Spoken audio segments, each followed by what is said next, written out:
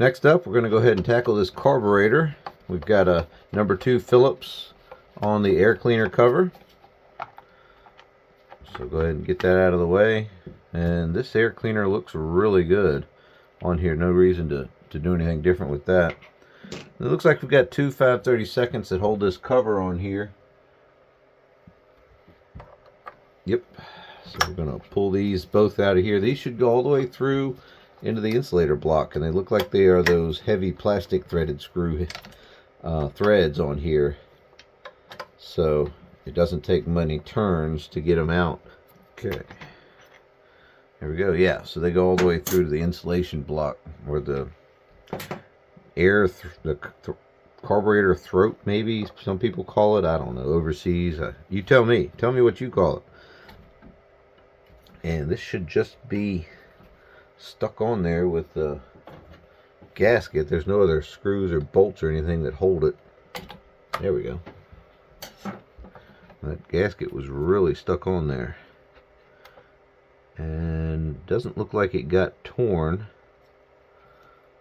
So we might be able to reuse that. Look how small that thing is. I don't know how many cc's these things are, but so we know that the top one goes to the furthest most away. Let's just remember that. We know that's the return, and we know this is the inlet. So we just need to keep that in mind. And you know, you're just gonna have to remember that. But throttle comes off. That's a Z bend on the end of that. A couple 90s back to back. Anyways, that pops right off. This one is relatively clean. Got a few stains on there for some oil or something like that. But we're gonna go ahead and tear into this. No need in us, you know, fighting with trying to get this thing running without actually going into this diaphragm. I'm sure that's hard. Fuel pump side, I'm sure that is the same. And either way, it's a W13B 328A, and this looks like it's a Zama for sure, because it says Zama right there on the cover. So let's go ahead and get the fuel pump side off first and see what we've got behind door number 1. I'm hoping these go all the way through. Feels like they do. So we've got both screws loose for the fuel pump. And it looks like that's bent a little bit, that one pump diaphragm. Let's see if I can get a pointer for you guys. So it looks like this one right here is bent just a little bit. I don't know if you're catching that reflection or not. So I'm going to go ahead and put a new pump on there if I have one. If I don't, we'll just try to reuse what we have there. So the micro screen looks absolutely pristine right here. So I am good with that. There's no reason to do anything with that. I'll tell you what, in fact, I might just stick this thing back together. There's nothing wrong with what I'm seeing other than that crinkly fuel pump little flapper there. But we're going to give it a go. Just putting this cover, you know, everything back in place, because like I said, I'm good with what I'm seeing on that side there. Absolutely zero dirt in there, so I know the filter was working properly. I don't think that machine had a whole lot of time on it, but let's see here. Let's see if we can pop this off of here. So there's that. The diaphragm's just completely stuck on there, so I'm just going to walk around the edge with the razor really slow to hopefully maybe get it off of there without too much trouble. There we go. And yeah, so let's see what we got here. That really isn't that bad. It's really not, but I'm pretty sure I have some more of these, and we kind of tore up this gasket back here a little bit anyways, pulling that off. So it looks like we'll just get a new gasket and put on there, and check our metering lever, make sure that's working fine. So it was stuck. Yeah, I felt it pop when I pushed on it. Now it seems to be moving free. So we'll pressure test this carburetor and see, make sure it holds, make sure that needle valve is holding, and we'll see if we can round up a diaphragm gasket. So I found a gasket and diaphragm, and this came from a kit. It's a GHT225, but I will put down in the description or right here on the screen what carburetor kit fits this W13B Zama. It's a 328A as an alpha. So we've got everything we need. We've got our gasket here, and then we've got our diaphragm here, and all that fits on there perfectly fine. So we'll go ahead and get this together, like I said, and then we'll pressure test everything just to make sure. And honestly, you know, I've been caught before, especially when fuel lines start breaking, that the carburetor gets full of gunk. This time we didn't need to open it up. It looks like it probably would have ran without it. You know, you can go ahead and try to get things fired up, but I don't know. This is going back to Kevin. This is not mine. So I wanted to make sure everything was good to go. If it's yours, go for it. You know, if you're just fixing your stuff and you say, you know, I don't want to take the time to do that, well, then don't take the time to do it, and maybe take it back apart later, or not. It might work. So it looks like this purge bulb is still good. There's no cracks in it or anything, so I'm just gonna leave that. If Kevin does need help, I mean, he knows how to get in touch with me, but I'm just not seeing it. It's purging and everything. Get our machine back on the operating table here, and the last thing we took off was our throttle connection right there, and we've got our carburetor goes back into place like that, and then our intake or air filter cover or air filter housing goes in place again. 5/32 on that. Make sure your threads line up, because you are just threading into plastic. So be careful if you're using power tools,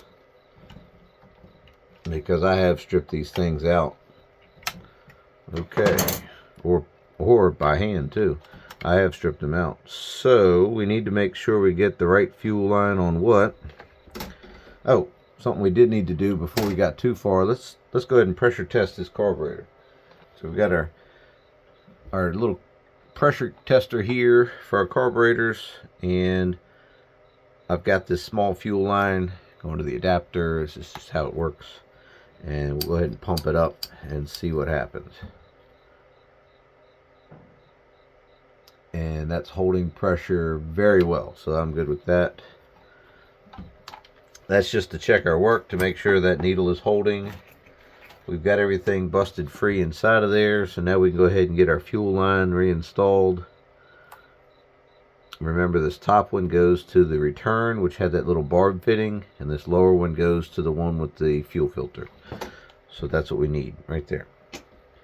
We'll go ahead and install this air filter. I'm feeling pretty good about this one.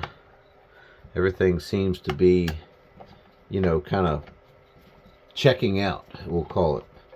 The patient is doing well, so we'll name this one Kevin also. Kevin the Weedeater. Hedge trimmer. Looks like we need to go ahead and add some gas in here, and we can try to get this thing to fire up. Got us some 40-to-1 Opti 2 we're going to put in here. That's what I like to run. If you run something different, I would love to hear about it. And if you have a experience with Opti 2 that's positive or negative, I'd love to hear about it. We all have our own personal preference when it comes to two-cycle oil. And if you don't, you can ask me why I like Opti 2. Alright, let's see if we can get this thing fired up. Alright, so we've got our stop switch in the on or run position. We're going to go ahead and we won't lock the trigger. But let's go ahead and pump this purge bulb and see if we can get some fuel to flow through here. There we go. We're starting that pumped up very nice. Perfect. Got some nice fuel in the purge bulb, and I felt it, you know, pushing the fuel through the line. So it looks like that is full choke all the way down. It says it right here on the side cover here, full choke. And let's see what happens. We're going to pull on this thing a couple times and see if we can get it to pop. And if we do, that'll probably be about it from me, because I don't think it has, but it does have a high and a low adjustment on here. But let's just see if it fires up. There it goes. It popped on full choke. I'm going to move it up to half choke right here. That next click up.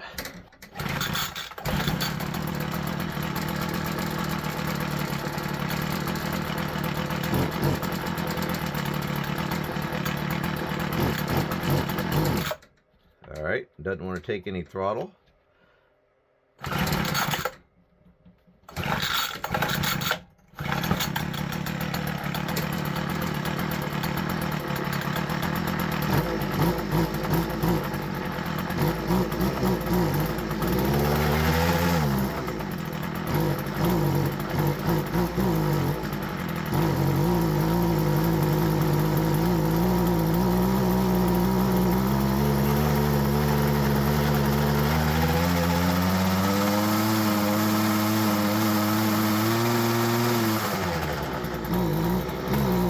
Well, it seemed to start up and run okay. Let's see if we can replicate that. I had to go get my screwdriver. I got a spline screwdriver.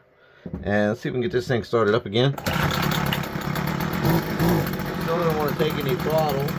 So we're going to give it a little bit more on the high side, which is the screw furthest away from the cylinder.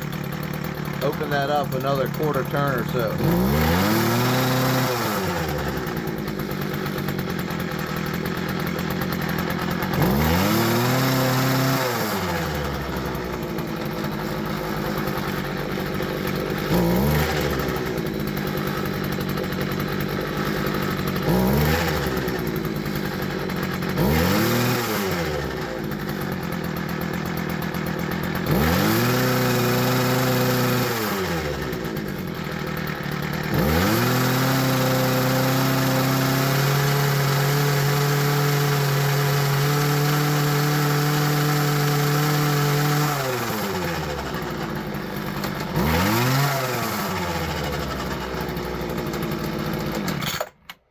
Alright, there you go. Just had to turn it out another quarter of a turn. I'm not sure where they had it set from the factory or whatever, but I'm not too worried about that.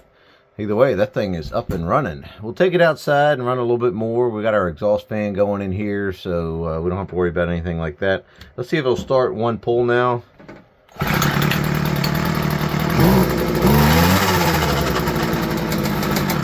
And it does. We're good.